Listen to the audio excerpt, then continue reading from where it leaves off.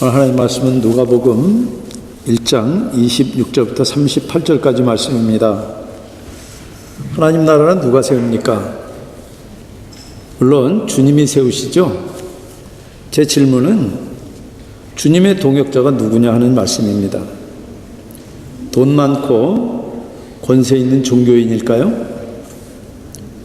그런 사람들은 교회 놀이는 해도 하나님 나라는 못 세웁니다.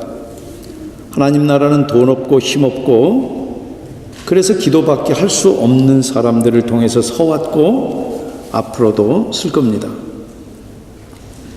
아들 예수를 세상에 보내서 하나님 나라를 세우실 때도 인간적으로 보면 어떻게 그리 지지리궁상입니까?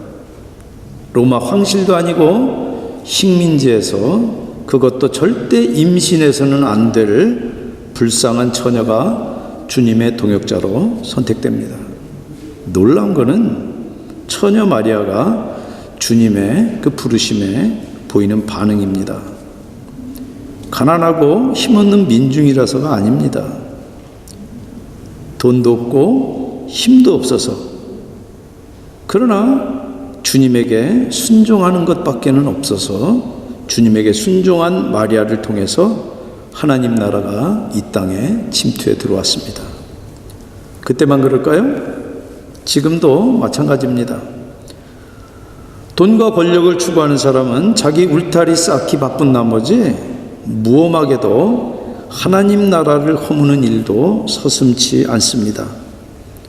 돈 없고 힘 없어도 그래서 기도밖에 할 수 없어도 그런 분들의 순종을 통해서 하나님 나라는 지금도 씁니다.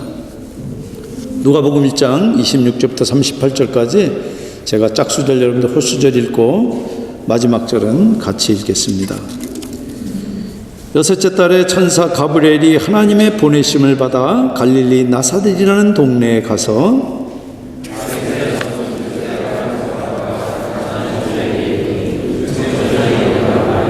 그에게 들어가 이르되 은혜를 받은 자여 평안할지어다 주께서 너와 함께 하시도다 하니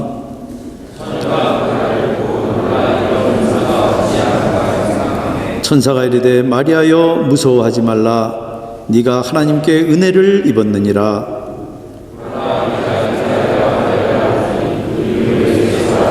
그가 큰 자가 되고 지극히 높으신 이의 아들이라 일컬어질 것이요 주 하나님께서 그 조상 다윗의 왕위를 그에게 주시리니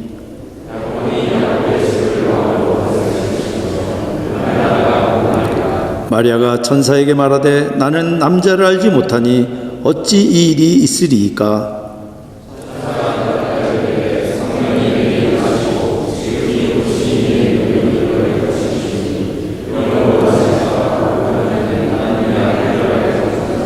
보라 내 친족 엘리사벳도 늙어서 아들을 배었느니라 본래 임신하지 못한다고 알려진 이가 이미 6달이 되었나니 38절 같이 읽겠습니다. 마리아가 이르되 주의 여종이오니 말씀대로 내게 이루어지이다 하매 천사가 떠나가니라. 아멘. 같이 기도하시겠습니다. 참 좋으신 하나님 성령께서 친히 감동하셔서 이 땅 가운데 하나님 나라를 침투시킨 메시아 예수 그리스도의 탄생의 이야기를 우리들이 봤습니다.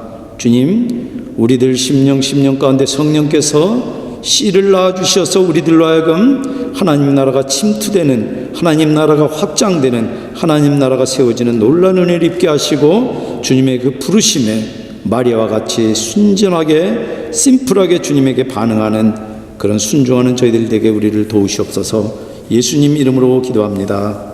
아멘. 너무나 잘 알려진 크리스마스 스토리입니다. 누가복음 1장을 잘 보시면은 세례 요한의 수태고지와 예수님의 수태고지가 꽈배기처럼 서로 얽혀 있습니다. 그래서 약간 변형된 카이스트 구조입니다. 파워포인트를 한번 보여주시기 바랍니다. 이런 변형된 A, B, C, B-, A-, B2-, B3- 이런 변형된 형태를 통해서 오늘 이 본문이 소개됩니다. A는 5절부터 25절까지 제사장 사가랴가 성전에서 섬길 때 천사 가브리엘이 세례 요한을 낳을 것이라고 하는 그런 수태고지를 사가랴에게 합니다. B는 지금 우리가 막 읽은 본문이고 그때로부터 6개월 후입니다. 이번에는 요셉과 정혼한 처녀 마리아가 천사 가브리엘에게 예수를 낳을 것이라고 하는 수태고지를 받습니다. 그리고 C는 39절부터 45절까지 세례 요한을 임신한 지 6개월 된 엘리사벳이 나사렛부터 내려온 그 친족 마리아를 만납니다. 만나서 마리아를 축복하니까 B-46절부터 56절까지 유명한 마리아 찬가를 합니다. 마그니피카시라고 하는 이 찬가는 사실은 사무엘서에 이 한나가 아들을 낳을 수 없다가 사무엘을 낳고 하나님을 찬양한 그 노래하고 거의 똑같습니다. 이 찬가가 얼마나 반역적인지 과거에 영국이 인도를 점령하고 있을 때 이 마그니피카스는 금지였습니다.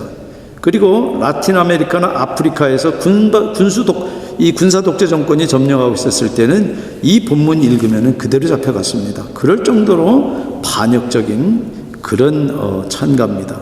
하나님께서 교만한 자, 높은 자는 꺾어버리시고 겸손한 자, 하나님을 높이는 자는 하나님께서 그를 높이신다. 이 주제예요. 그러니까 기득권자들이 들을 때 얼마나 기가 막힌 노래겠습니까?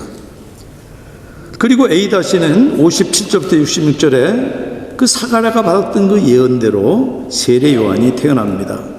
그리고 B-는 67절부터 80절까지 이 가브리엘이 수태고지했을 때 그것을 믿지 못해가지고 벙어리가 되어버렸던 사가랴가 입이 터지면서 메시아 예언을 쏟아붓습니다. 그리고 B-는 2장에 마리아가 받았던 그 예언대로 예수님이 탄생합니다. 그렇게 예수님과 세례 요한의 수태고지가 서로 꽈배기처럼 이렇게 얽혀 있습니다.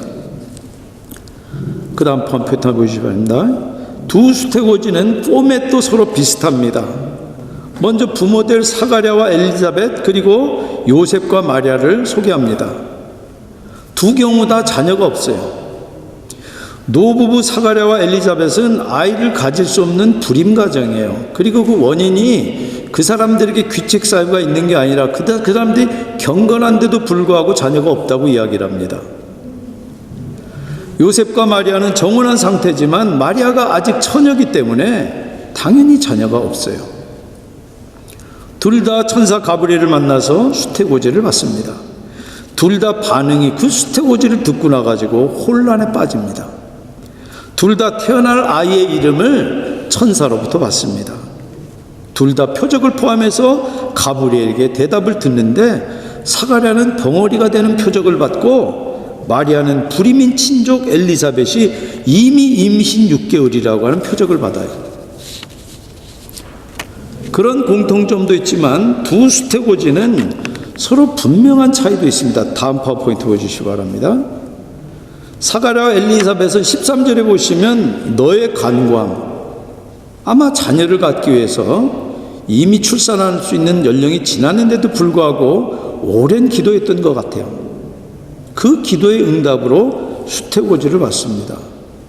그러나 처녀 마리아에게 수태고지는 재앙이에요.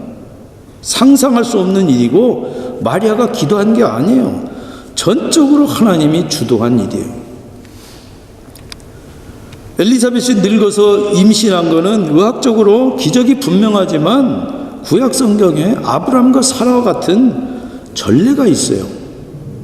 이미 폐경기가 지났는데도 불구하고 자녀를 낳은 전례가 있어요. 그러나 처녀가 수태된 것은 전대미문의 기적입니다. 여기 가브리엘이 사가랴를 이름으로 부르지만 마리아는 이름 대신에 이름이 없습니다. 은혜를 받은 자요, 평안할지어다 샬롬, 주께서 너와 함께 하시다 하는 엄청난 인사를 받습니다. 왜냐하면 태어날 요한은 거룩을 위해서 나시린의 금욕을 지켜야지만 돼요. 그러나 예수님의 거룩은 성령으로 잉태했기 때문에 그 존재 자체가 거룩해요. 요한은 예비하는 자 들러리예요. 그러나 예수님은 하나님의 아들 신랑이에요. 수태고진을 사가랴는 거룩한 제사장이면서도 의심했어요. 그래서 요한을 낳을 때까지 벙어리가 됩니다. 그러나 마리아는 순종할 준비가 되어 있습니다. 그래서 이 두 수태고지 사이에는 공통점과 차이점이 명료하게 있습니다. 그 꽈배기를 만들 때 그 꽈배기를 그렇게 꼰 이유가 거기 있는 겁니다. 여기 가브리엘은 구약 성경에 딱 2번 나옵니다. 다니엘이 기도할 때 환상 가운데 본 천사예요. 처음 나온 것이 다니엘서 8장에 나오고 두 번째로 다니엘서 9장 11절 이하에 이스라엘의 회복을 위해서 그리고 세계 정세를 바라보면서 다니엘이 무릎 꿇고 기도할 때 25절에 기름 부음 받은 자, 이게 히브리어로 메시아입니다. 메시아가 7이레와 62이레를 지나서 예루살렘을 중건하기 위해서 올 것이다 하는 그 예언을 가브리엘이 하나님에게 받아서 다니엘에게 전달합니다. 바로 그 가브리엘이 사가랴에게 나타났고 두 번째로 마리아에게 또 나타났어요. 나타나서 성령으로 잉태돼서 마리아가 낳을 아들은 하나님의 아들 메시아라 불릴 것이라고 알려줍니다. 그래서 누가는 지금 이 본문을 통해서 분명하게 예수님의 동정녀 탄생을 소개하면서 예수님의 정체가 다니엘이 예언으로 받았던 바로 그 메시아라고 하는 사실을 가브리엘의 이 고지를 통해서 연결시키면서 지금 밝혀내고 있는 것입니다. 가브리엘은 32절에 태어날 아들에게 그 조상 다윗의 왕위가 주어진다. 유대인들이 다윗의 자손 그렇게 들으면은 곧바로 메시아로 연결을 합니다. 메시아는 우리 성경에는 없는 외경에 솔로몬의 시편 17장 21절에 처음 나옵니다. 거기에 나온 메시아는 죄인들을 벌하고 이방을 쳐부수는 정치 군사적인 영웅으로 나와요. 그러니까 유대인 민족주의자들이 그 이야기를 들으면은 피가 끓어요. 한국 민족들도 어려울 때 되면은 미륵 사상이 있잖아요. 그래서 미륵이 나타나서 우리를 이 도탄에서 구할 것이다. 그러니까 견훤이 내가 미륵이다 그러고 나온 거 아니에요? 그건 오해하기 쉬운 표현입니다. 그런데도 누가가 이 표현을 그대로 여기 쓰고 있어요. 왜냐하면 누가복음을 받기로 예상하는 독자층이 유대인이 아니기 때문에 그래요. 이방 신자들이 유대인들도 아닌데 이런 메시지 듣고 정치 군사적으로 이스라엘을 독립하는 것에 무슨 관심이 있겠어요? 그러니까 그 표현을 완화시키지 않고 여기 그대로 쓰고 있는 겁니다. 가브리엘은 그 태어날 아기가 영원히 다윗의 집을 왕으로 다스릴것이며 그 나라가 무궁하리라. 이 33절과 비슷한 표현이 시편 18편 50절에 나옵니다. 그 다음 파워포인트요. 여호와께서 그 왕에게 큰 구원을 주시며 기름 부음 받은 자에게 은자를 베푸시며 영원토록 다윗과 그 후손에게로다. 예수님이 십자가 지기 전까지는요, 유대 민중들은 그런 메시아 열망에 들떠 있었어요. 그래서 오병이어의 기적으로 5,000명이 먹고 나니까 예수님을 붙잡아서 억지로 왕으로 삼으려고 덤벼들었던 거예요. 그러나 지금 이 기록은 이미 십자가와 부활과 승천 이후예요. 그렇기 때문에 누가가 이 복음서를 기록할 당시는 더 이상 그런 오해 소지가 없기 때문에 자유롭게 메시아의 이 정치 군사적인 이미지를 그대로 구약으로부터 채용해다가 누가가 복음서를 기록하고 있는 겁니다. 그 나실이는 35절에 하나님의 아들, 메시아의 칭호죠. 근데 누가가 지금 단지 유대적인 의미로 그렇게 기록한 걸까요? 아니에요. 마리아의 잉태가 성령을 통해 이루어진다는 의미예요. 단지 다윗의 자손으로 그렇게 와가지고 이 도탄에 빠져 있는 유대 민족을 구원하고 그래서 과거에 다윗이 누렸던 그 영광을 회복시키는 그런 인간 메시아가 아니란 뜻이에요.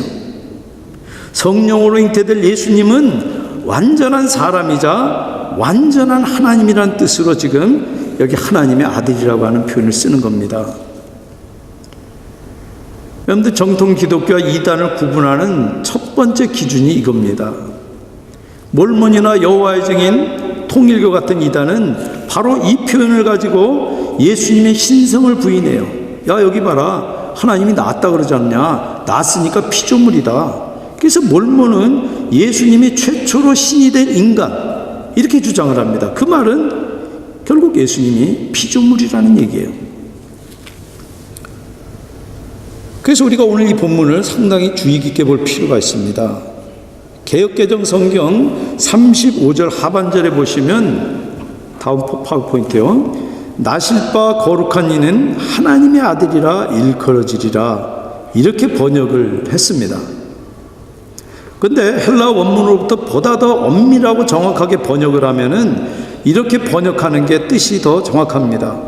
그러므로 나실 이는 거룩한 분, 하나님의 아들이라 불릴 것이다. 그게 그거 같죠? 아니에요. 성령으로 잉태됐기 때문에 나실 아들은 거룩하다 일컬어지고 at the same time 하나님의 아들이라 일컬어지리라, 그렇게 동격의 병행으로 봐야지만 오늘 정확한 해석이 됩니다.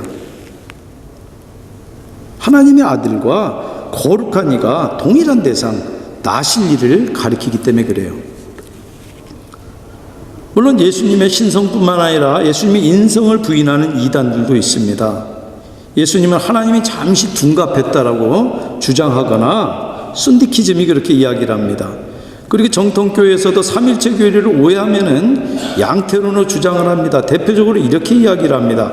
하나님은 한 분 하나님이신데 물이 펄펄 끓이면 어떻게 됩니까? 기체가 됐다가 좀 기온을 낮추면 어떻게 됩니까? 액체가 됐다가 기온을 빙점 아래로 가면 어떻게 됩니까? 고체가 되잖아요. 그러니까 한 분 하나님인데 기체, 액체, 고체가 된다. 이런 식으로 해석하는 게 양태론입니다. 이단이에요. 하나님은 한 분 하나님이시지만 그러나 우리 인간들과 같지 않아서 삼 위의 하나님으로 위격을 가지고 계시는 그분이에요. 따라서 예수님은 완전한 하나님이신 동시에 완전히 성령으로 잉태된 완전한 하나님이세요. 요만큼은 인간이고 요만큼은 하나님이고 짬뽕이 아니라 100% 하나님, 100% 인간. 그것이 정통교리입니다. 천사가 지금 당황해서 고민하는 마리아에게 37절에 대저 하나님의 모든 말씀은 능하지 못하신 일이 없느니라.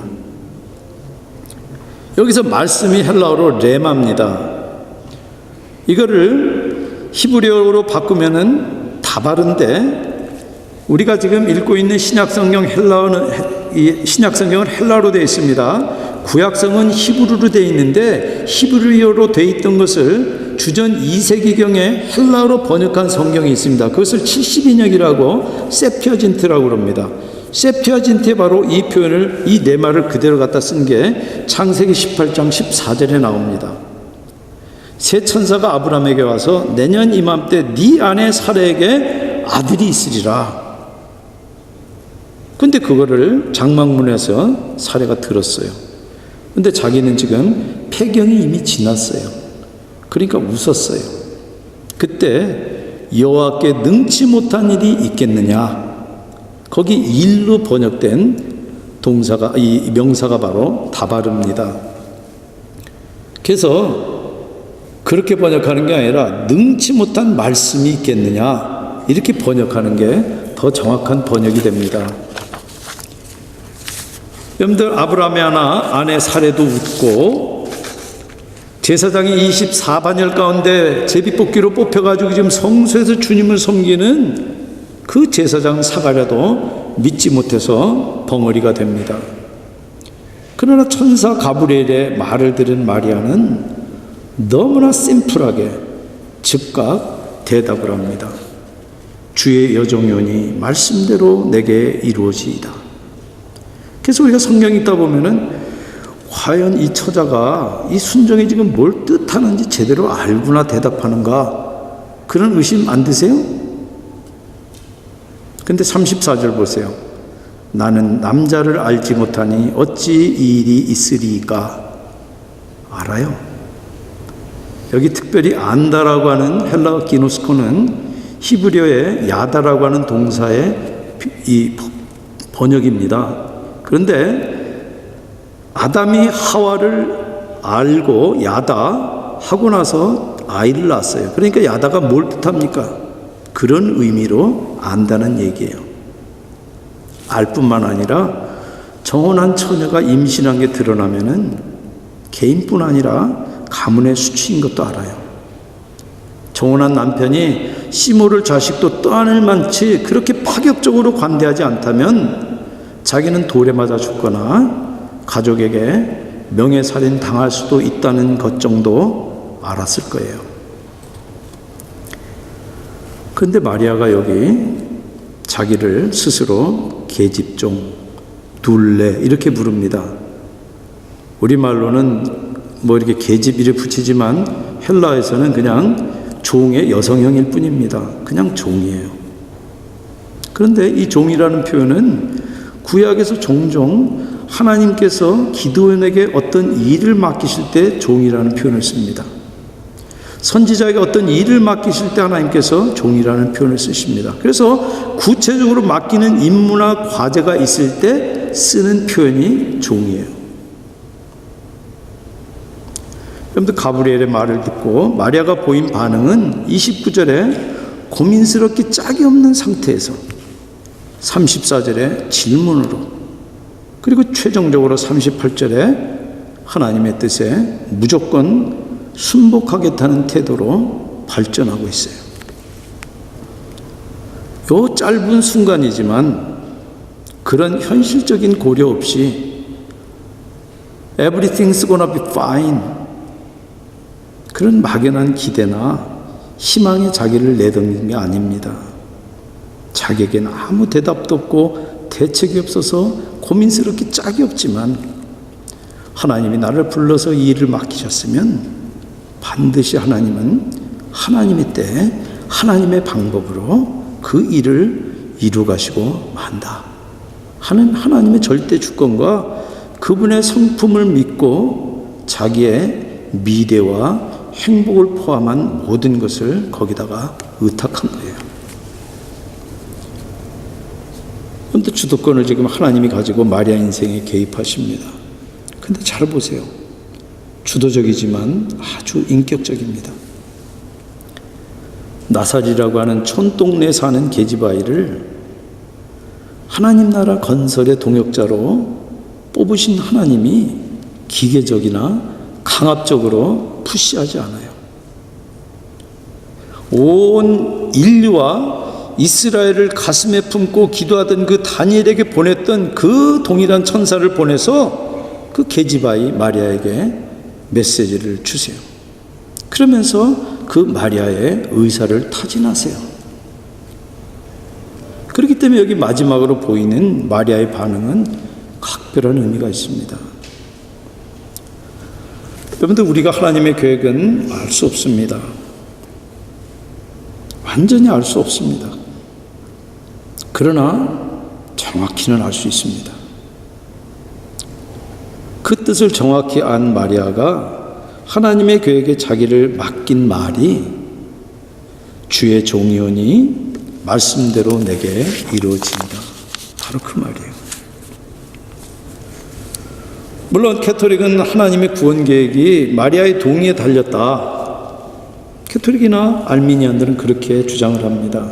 지나친 주장이에요. 하나님께서는 하나님의 계획을 반드시 이루고 마십니다.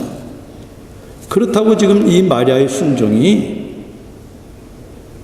보수주의자들이 이야기하는 것처럼 우리보다 한 걸음 앞선 그냥 그리스도인의 순종에 불과하다 하는 말도 지나쳐요. 그런데 마리아가 임신한 것은 여기 38절과 39절 사이입니다. 말씀 맺습니다. 하나님 나라는 누가 세웁니까? 주님이 세우는 하나님 나라의 동역자는 누굽니까? 돈 많고 권세 있는 유력자 중에도 교회 노래하지 않고 하나님 나라를 위해 힘써 애쓰는 분들이 계십니다. 돈 없고 힘없는데도 돈 벌고 힘길러서 자기 왕국 건설하려고 혈안이 된 사람들도 얼마든지 있어요. 소유의 많고 적음이나 신분의 낮고 노즘의 문제가 아니란 말씀이에요. 여기 지금 세례 요한과 예수님의 이 수태고지를 꽈배기처럼 이렇게 얽어 놓은 것은 메시아가 오시는 길을 예비하는 들러리 요한과 그 길을 밟고 오실 메시아 예수 그리스도를 소개하기 위해서 꼬았어요. 그게 메이저 이 목적이에요. 그런데 그 꽈배기는 동시에 경건한 제사장 사가랴의 불신과 비천한 계집아이 마리아의 순종을 날카롭게 대비시키고 있는 그런 역할도 하고 있어요. 그런데 교회 문화에 익숙한 사람들, 특히 교회 지도자라고 하는 사람들의 믿음이 언제나 초신자들이나 이 계집아이들보다 낫다고 할 수 없습니다. 우리 교회는 많은 분들이 교회 처음 나오시는 분들입니다. 많을 때는 한 3분의 1 정도가 교회 처음 나오시고 설교라고 하는 거 저렇게 하는 거구나, 예배 이렇게 드리는구나, 그런 분들 우리 가운데 많이 계세요. 그런데 그분들의 말씀 가운데 제가 깜짝깜짝 놀랄 일들을 많이 들어요. 그리고 어떤 분들은 우리 가운데 헌신됐다고 하는 어떤 사람들보다도 더 순전한 마음으로 섬기는 모습들을 보이는 것들 종종 봅니다. 가난하고 힘없고 비천해서가 아니에요. 가난하고 힘없고 비천해도 주님을 심플하게 믿고 순종한 그 마리아 같은 사람을 통해서 주님은 지금도 하나님 나라를 세우십니다. 설령 가난하고 힘없고 비천해도 돈과 권력으로 자기 비천함을 가려보려고 하는 사람들, 그런 분들은 자기 울타리 쌓기 바빠서 무엄하게도 하나님의 나라를 허무는 일도 서슴지 않습니다. 돈도 없고 힘없어서 기도밖에는 할 수 없는 그런 분들의 순종, 그것을 통해서 하나님은 지금도 당신의 나라를 세우고 계십니다. 우리가 지금 이 마리아를 보는 것은 예수 그리스도의 생물학적인 모친이기 때문이 아니에요. 이후로 마리아는 요셉 사이에 아들도 낳고 딸도 낳습니다. 그래서 성경에 젖동생이라고 하는 표현이 나와요. 예수님께서 사역을 하실 때 예수님의 어머니 마리아와 동생들까지 와가지고 예수님이 미쳤다고 잡아가려고 하는 일들을 해요. 그때까지 오해를 해가지고. 마리아를 우리가 숭배하거나 아니면 마리아를 찬미하기 위해서가 아니라 마리아와 같은 믿음의 야성, 단순하게 믿고 하나님의 인격을 의탁해서 하나님을 순종하는 그 믿음의 야성을 우리가 이 마리아로부터 배우고 체험해야 되는 것입니다. 그런 은혜가 저 여러분들 가운데, 우리 공동체 가운데 가득하시기를 주님의 이름으로 축원드립니다. 같이 기도하시겠습니다.